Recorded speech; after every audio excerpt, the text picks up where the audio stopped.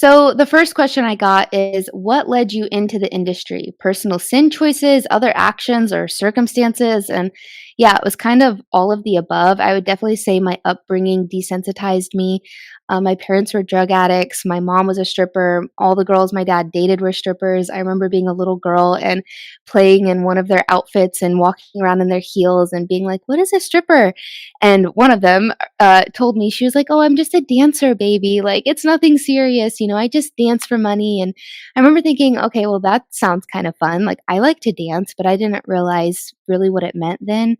But I remember thinking it was interesting when she had these like little tiny sparkly pink bikini looking things, and she told me that's what she went to work in. I was like, I mean, hey, I loved Bobby Jack, Lisa Frank, all things pink and sparkly. So to me, it became a little bit glamorized, especially like when you're a little girl and the girls that your dad, who you love so much, dates and is bringing home, like you kind of idolize them a little bit, or at least I did, anyways.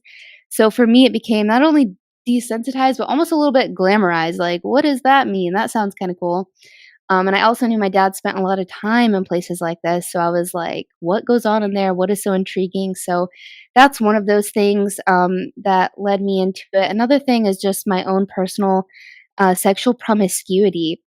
Because I didn't have super involved parents, I wasn't taught from an early age my worth or my value in Christ. I experienced a lot of abuse. So it made me settle for treatment and, yeah, just treatment and relationships that I would never want for my daughter or my little sisters. I just hope that they all know who they are a little bit more than I did.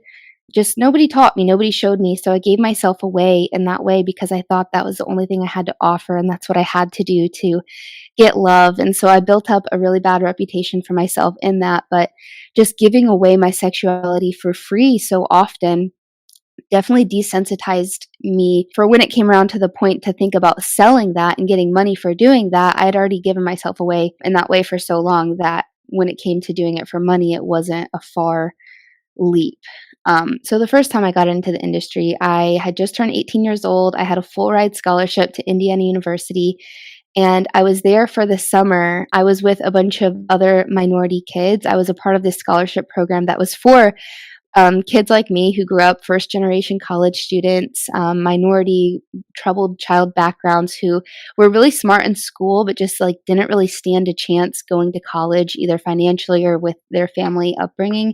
So this scholarship program was just amazing. It was called Groups. I definitely recommend it if you're someone in a situation like that and considering Indiana University, because this gave me a chance at life. But a part of the program, because they are dealing with more troubled youth, is that you're not allowed to work. Like you come for the program early that summer, and they didn't want anybody to work. They just wanted you to focus on your two classes that you had over the summer, going to all your meetings, getting to know the kids in your program, and seeing like, can you really do this college thing?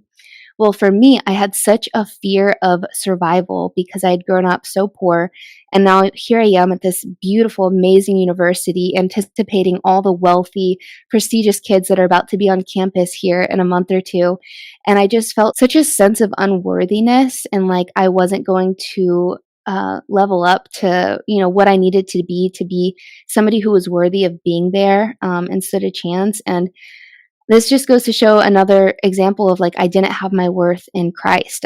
I also thought my worth was in what I had materially. So yeah, if your worth is in anything other than Christ, it is just, this can get blown in the wind. You can be led into dark and dangerous things. And so yeah, I was really nervous about all the wealthy girls and the girls that had, the money to look a certain way. And all these things kind of add up to, I then had a roommate who was also from a similar situation as I was.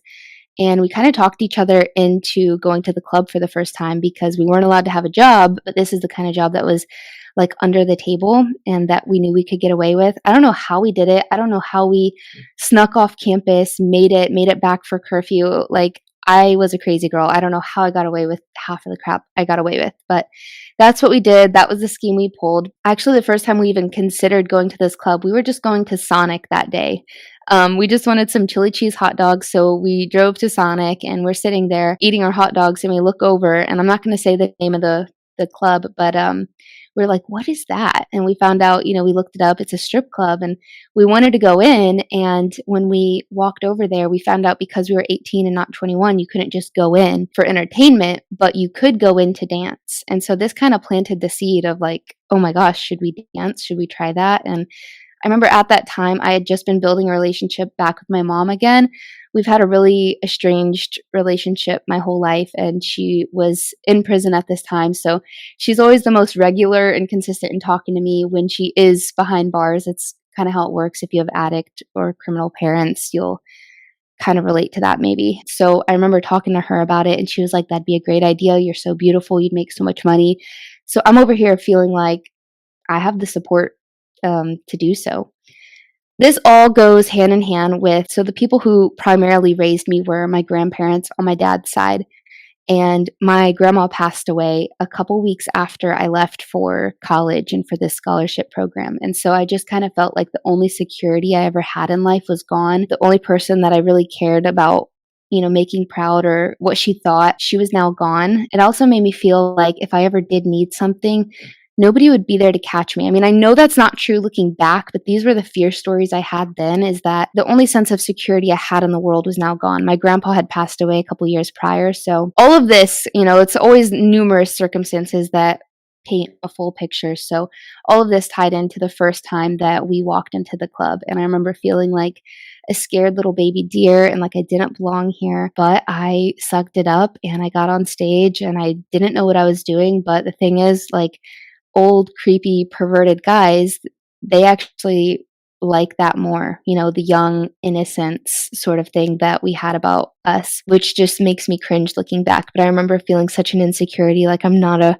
older, mature, like professional stripper. Like I don't know how to do anything on the pole. And this ended up attracting a different kind of attention and predator than I expected to attract. And I ended up leaving that club, like I said, after a couple months, mostly because college was starting, like the official school year.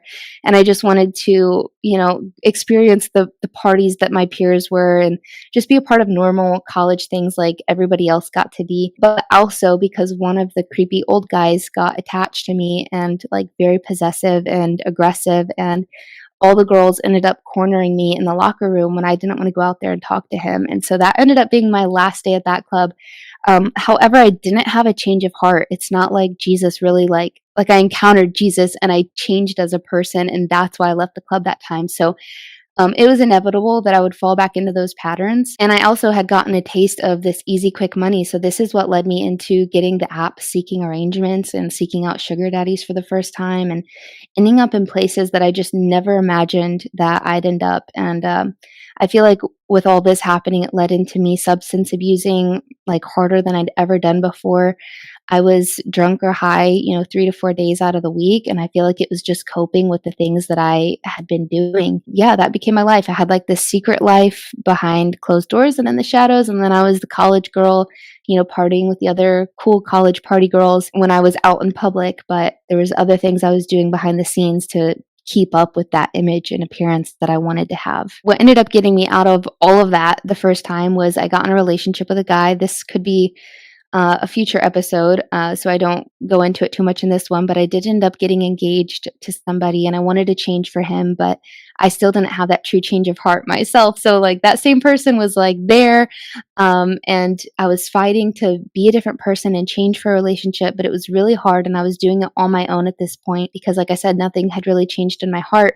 So then when I was 22 and I lived in Arizona, I ended up coming back to the club a second time, but this time was after I'd fallen into the new age world. I had realized I was super broken. I needed healing, got really into yoga, the occult, tarot cards, all that kind of stuff, was seeking to heal myself, empower myself, the whole message of our generation right now.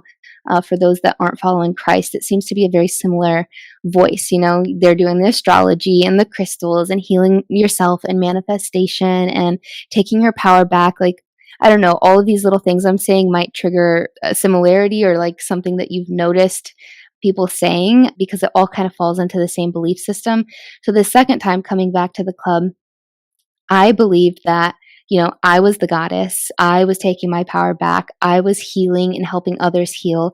I even believed that I did some kind of sex work in a past life. So All of these beliefs, though, like I said, are rooted in a pagan perspective of God, self, the universe, and are essentially teachings from fallen angels, aka demons. But I didn't know that. I was seeking God and healing, but I didn't believe in Jesus, so I fell into all these false religions and sex work for the second time around. So, without getting into a full blown testimony, I'm going to jump to the second question. If you haven't seen my testimony, I have recorded that in other episodes, so I'm going to link that here. If you're watching the YouTube channel, you'll see it right there. But okay, so the second question: how did your relationship with your father or viewing your parents' relationship affect your decision to become a stripper?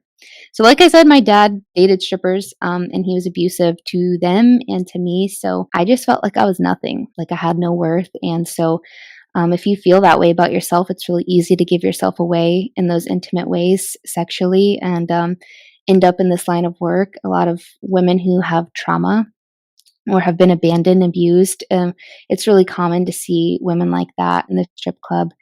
Also, my dad has a very severe sex addiction. His sex addiction may be even worse than his drug addiction. So, sex was always something that was very idolized. I always saw it, heard it, saw it on TV, like it was everywhere. And so, everything, like I kind of carried on that same sexual addiction. I was very curious about it from a very young age and followed on in those same lustful ways that I saw my dad do. Another aspect was the easy money, seeing my dad sell drugs and just get that quick, easy money.